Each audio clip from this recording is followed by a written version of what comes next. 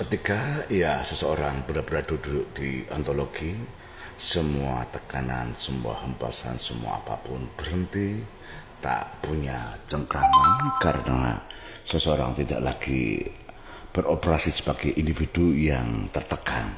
Di situ keberadaan sudah berdiri di asalnya sendiri ya.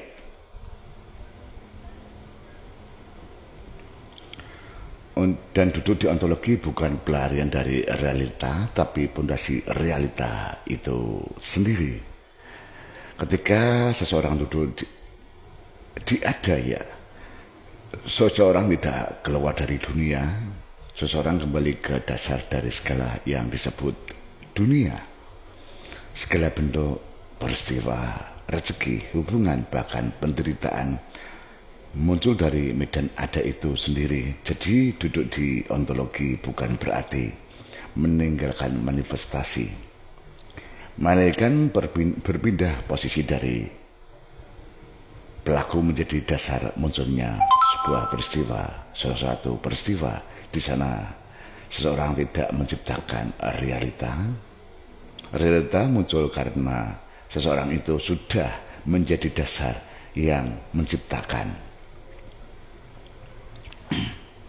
Di manifestasi tetap berjalan tapi tanpa beban sebab dan akibat ya di sini emang udah terbebaskan. Ketika kesadaran masih di tingkat ego atau keinginan, setiap tindakan mengandung jejak sebab akibat. Ingin hasil, takut gagal, merasa dibebani tapi di tingkat ada tindakan muncul tanpa motif pribadi. Hasil terjadi tanpa beban penilaian. Segalanya berlangsung seperti alam bernafas, alamiah, natural. Atas adanya itu, ya ada tanpa motif dari kesadaran apapun, bahkan keinginan, netral, alami.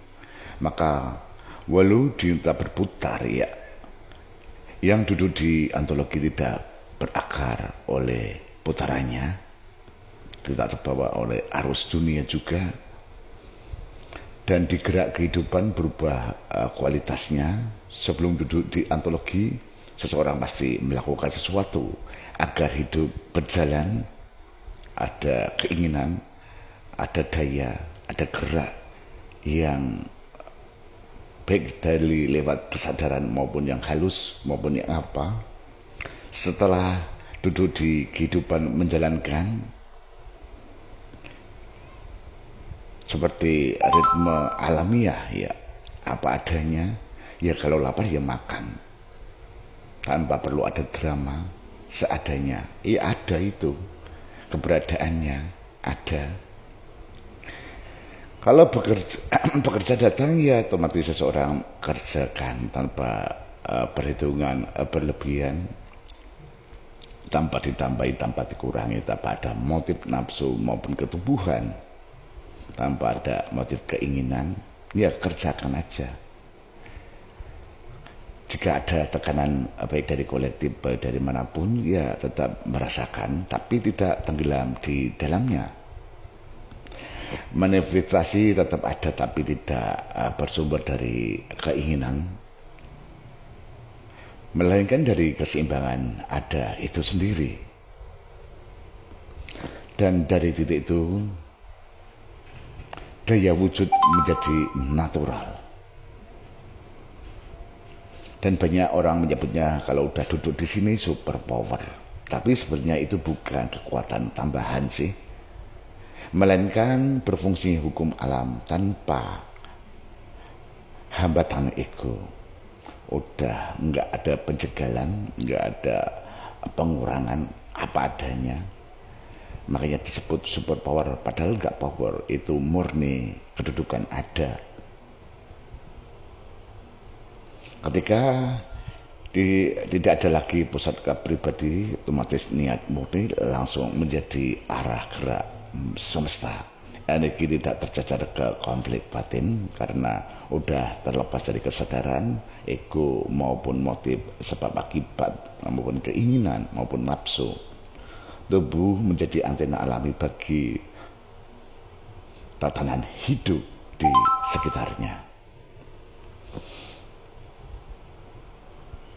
Jika seseorang karena udah duduk di benar-benar duduk di antologi sering tanpa berdaya, tanpa berusaha ya, kun fayakun mungkin ya, hingga yaitu alami, ya mewujud ya mewujud gitu, tanpa ada hambatan apapun, masuk jebul gitu, tanpa ada effort apa usaha, udah natural, udah ya emang harus terjadi itu. Dan di segi suara maupun kata-katanya tetap menenangkan sih. Tindakannya sinkron, langkahnya membawa keteraturan. Karena nggak ada distorsi oleh kepentingan jiwa maupun tubuh.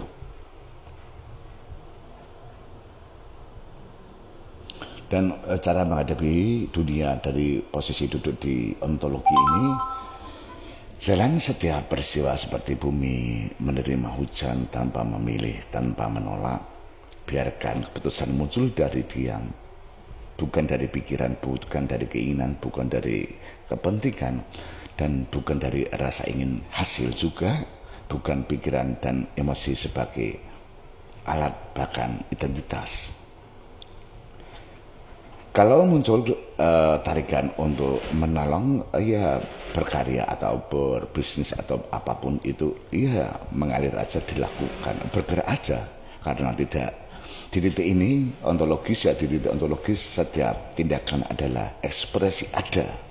Ya ada itu ingin mengekspresikan hanya tubuh ini sebagai lewatan jembatan, bukan ambisi. Enggak ada kepentingan tubuh. Kepentingan ada, kehendak ada, bukan kepentingan ada, kehendak ada yang mengalir.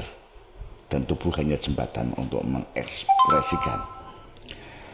Realitas tetap ada, tapi setiap seseorang tidak lagi menjadi bagian dari drama realita. Seseorang akan, dan seseorang adalah panggung tempat drama itu menari. Karena tubuhnya dipakai ekspresi si ada itu sendiri.